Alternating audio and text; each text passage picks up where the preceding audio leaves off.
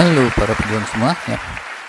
Dalam perjuangan kadang berhasil, kadang gagal, kadang pure malah terus kecemplung kali. Seringkali keberkahan dan anugerah justru kita dapatnya itu dari balik kegagalan.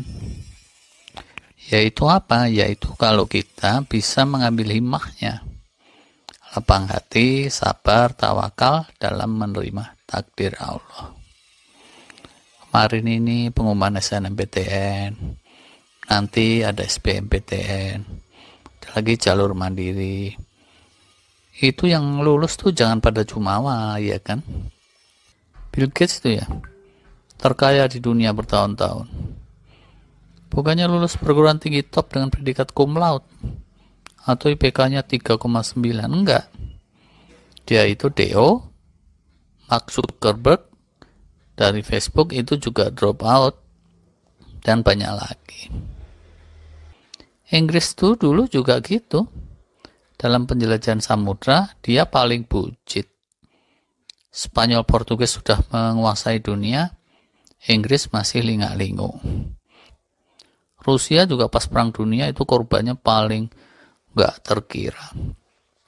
Kehilangan wilayah di serobot Jerman itu juga lebih besar dari siapapun, tapi sekarang militernya jawara. Prancis gitu ya, dalam perang Napoleon itu dikepung segala arah, pendeng juga. Nah, bahasa Indonesianya pendeng ini apa ini?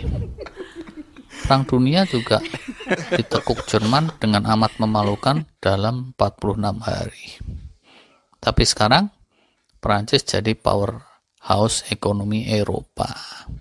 Jerman ini lebih gila lagi. Perang dunia pertama kalah, hancur-hancuran. Nekat. Bikin gara-gara lagi. Perang dunia kedua, kalah lagi. Alah, wong kalah perang dunia kok tandu.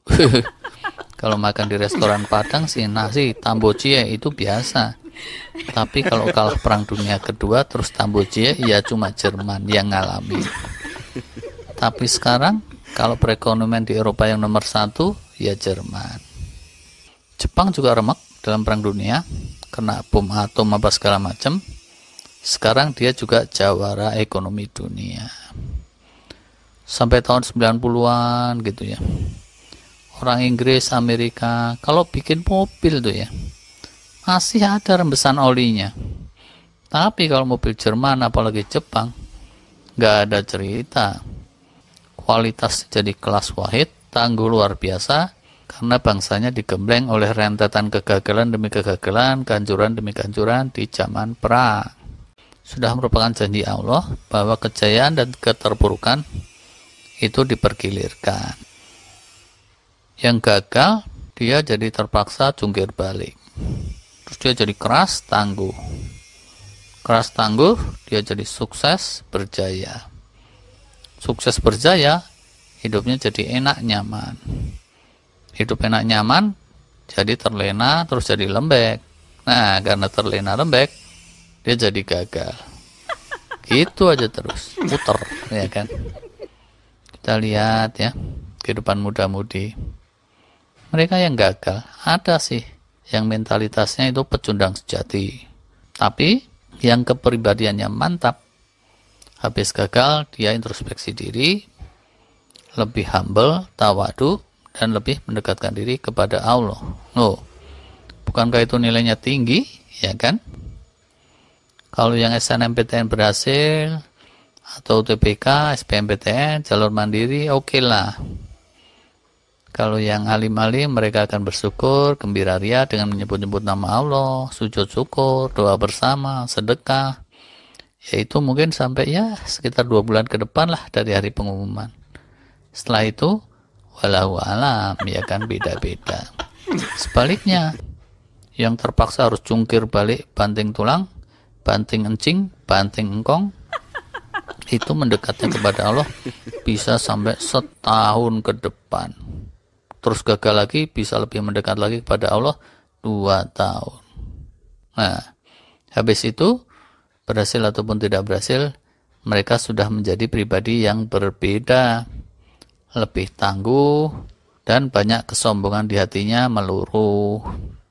Pahalanya dari Allah itu jauh-jauh lebih banyak, dan bisa jadi kelak dia jadi pribadi yang lebih solid daripada rekan-rekannya, seangkatannya yang lenggang kangkung tidak pernah mengalami kegagalan.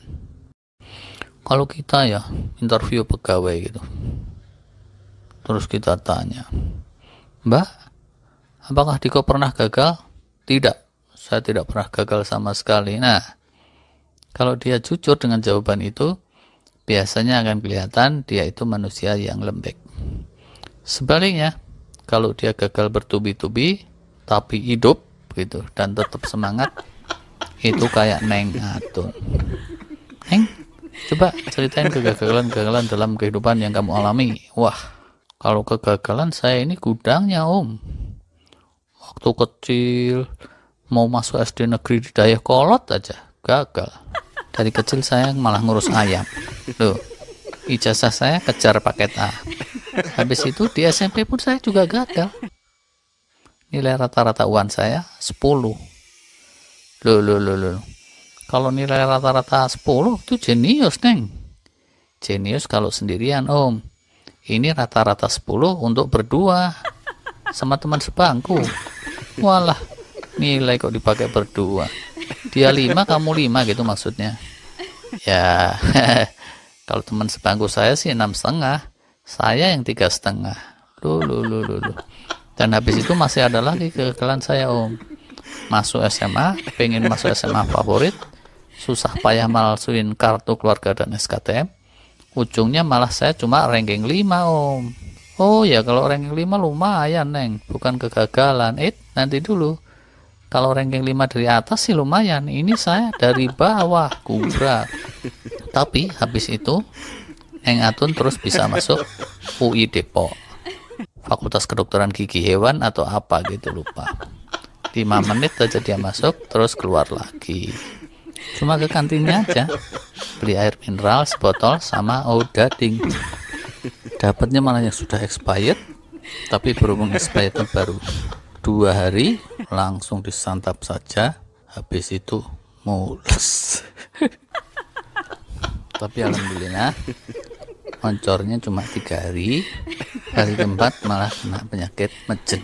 Loh, dalam cinta juga Neng Atun tuh gagal melulu, ya kan? Ngincar ketua OSIS gagal, ngincar guru yang ganteng gagal, ngincar teman seangkatan gagal. Terakhirnya kenalan di medsos sama orang ganteng keren, nggak taunya orang gila. Nah, jangan dikira yang seperti Neng Atun itu nggak ada gunanya. Dengan kegagalan bertubi seperti itu, bisa aja kan Neng Atun malah sukses jadi artis terkenal stand up comedy. Loh, atau bisa juga dia jadi pemeran film Hollywood, ya kan? Misalnya film Titanic itu loh, yang bagian dilelep-lelepin ke air, terus melet, kegencet jangkar kapal. Waduh, sadis bener. Ini kok ceritanya jadi kemana-mana ya. Sorry. Tapi intinya itulah. Kapan sih orang bisa terbakar semangatnya, tekadnya membara untuk berjuang habis-habisan? Biasanya setelah mengalami kegagalan kan ya.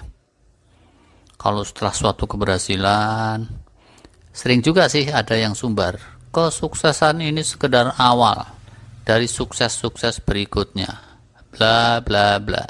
Tapi 5 menit kemudian terus main gadget, makan, terus tidur. Mending sih kalau tidurnya nggak ngiler. Demikianlah, semoga ini bisa menjadi sedikit hiburan untuk para pejuang yang sedang di simpang jalan. Kalau galau sedih sih kayaknya enggak ya para pejuang, sebagaimana telah difirmankan oleh Allah kan ya. Dan orang-orang yang benar-benar beriman itu tidaklah merasa cemas lagi bersedih hati. Sebagai penutup, ini satu hiburan lagi, mohon izin menyampaikan beberapa kalimat Allah dari Quran surah Ad-Duha. Bismillahirrahmanirrahim. Demi waktu duha dan demi malam bila telah sunyi, Tuhanmu tidak meninggalkanmu dan tidak membencimu. Dan sungguh yang kemudian itu lebih baik bagimu dari yang permulaan. Dan sungguh kelak Tuhanmu pasti memberikan karunia-Nya kepadamu hingga kamu puas. Bukankah dia mendapatimu sebagai seorang yatim, lalu dia melindungi, dan dia mendapatimu sebagai seorang bingung, lalu dia memberi petunjuk, dan dia mendapatimu sebagai seorang yang kekurangan, lalu dia cukupi. Maka terhadap anak yatim, janganlah kamu berlaku sewenang-wenang, dan terhadap orang yang meminta-minta, janganlah kamu menghardik. Dan atas nikmat Tuhanmu, hendaklah kamu menyatakan. Demikian. Billahi taufiq wal hidayah. Assalam. Ada yang jalan ke sini. Ada yang jalan ke sini. Nanti ini supaya jalan.